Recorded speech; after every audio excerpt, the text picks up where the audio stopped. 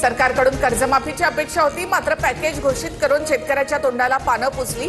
विजय वडेट्टीवारांची टीका, तर कर्जमुक्तीच्या घोषणेशिवाय आंदोलन थांबवणार नाही, बच्चू कडूंचा निर्धार।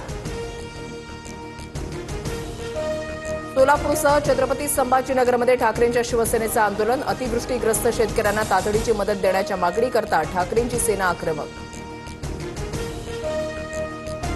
बदलापूर लैंगिक अत्याचार प्रकरणामध्ये पोलिसांनी स्वरक्षणार्थ अक्षय शिंदेवर गोळी झाडल्याचं मान्य। माजी न्यायमूर्ती दिलीप भोसलेंच्या चौकशी समितीमधून पोलिसांना क्लीन चिट, सूत्रांची माहिती। महिलेला झालेल्या मारहाणीनं बीड पुन्हा आदरलं। शेतीच्या वादातून महिलेला बेदम मारहाण, महिलेची प्रकृती गंभीर। यापूर्वीही आरोपीकडून 3 महिलांना मारहाण। 24,000 कोटींच्या रेल्वे प्रकल्पाला केंद्राची मंजुरी। महाराष्ट्र, मध्य प्रदेश, गुजरात, छत्तीसगड राज्यामधील विविध रेल्वे प्रकल्प मंजूर। एमपीएससीकडून आता मुलाखतीपूर्वीच उमेदवारांच्या कागदपत्रांची पडताळणी होणार। खोट्या प्रमाणपत्रांचे प्रकार रोखण्यासाठी निर्णय।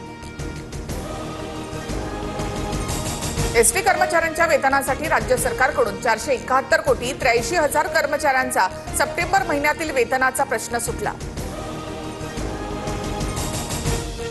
परळीमध्ये काढणीला आलेल्या सोयाबीन पिकात गुडघाभर पाणी, पावसामुळे संपूर्ण शेतामध्ये तळ्याचं स्वरूप।